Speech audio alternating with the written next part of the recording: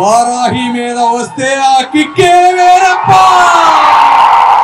గుండెల నిండా నిండిన అభిమానాన్ని ఆశయంగా మార్చుకొని ముందుకు కదులుతున్న జన సైనికులకి నుదుటిపై పసుపు కుంకుమ దిద్దిన తెలుగుదేశం పార్టీ కార్యకర్తలకు, భారతీయ జనతా పార్టీ దళాలకు నిజాయితీకి నిలువెత్తు రూపం, తను కష్టపడ్డ డబ్బు పేద ప్రజలకు పంచిన మానవత్వపు మేలిమి శిఖరం. బలహీనులపై దౌడులు దౌర్జన్యాలు జరుగుతుంటే ప్రశ్నించడానికి వచ్చిన ఒక గబ్బర్ సింగ్,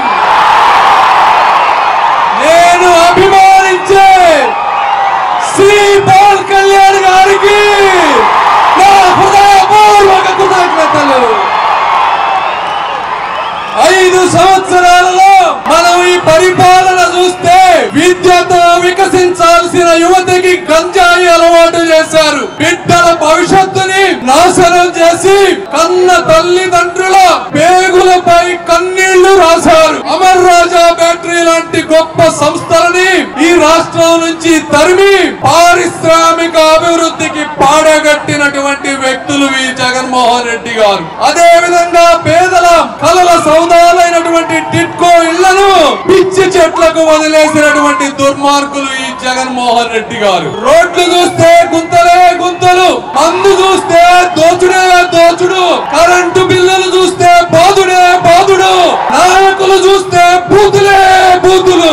ఈ విధంగా 5 సంవత్సరాలలో ప్రకృతిలో ఉన్న అన్ని వనరులని ల్యాండ్, శాండ్, వైన్, మైన్ రూపంలో దోచుకుని ఆ అవినీతి సొమ్ముతో మీడియాని, సోషల్ మీడియాని, అధికారులని మేనేజ్ చేస్తూ నిజాయితీ పరులైన పవన్ కళ్యాణ్ లాంటి వారిని తిట్టిస్తూ ఒక దుర్మార్గపు రాజకీయానికి తెరదీశారు. ఇలాంటి పరిస్థితుల్లో ఈ మహోన్నతమైనటువంటి వ్యక్తి తను తగ్గి ఎన్డీఏని స్థాపించారు. ఇలాంటి పవన్ కళ్యాణ్ గారికి వారికి ఉన్న ఆలోచనలు అలాగనే నాకు ఆలోచనలు ఉన్నాయి. నాకు డబ్బు మీద ఆశ లేదు, కీర్తికాంక్ష లేదు, స్వార్థం అసలే లేదు.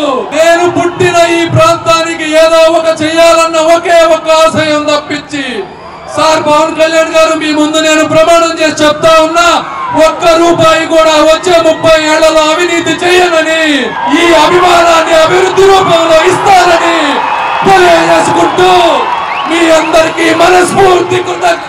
జై పవన్ కళ్యాణ్, జై చంద్రబాబు, జై నరేంద్ర మోడీ.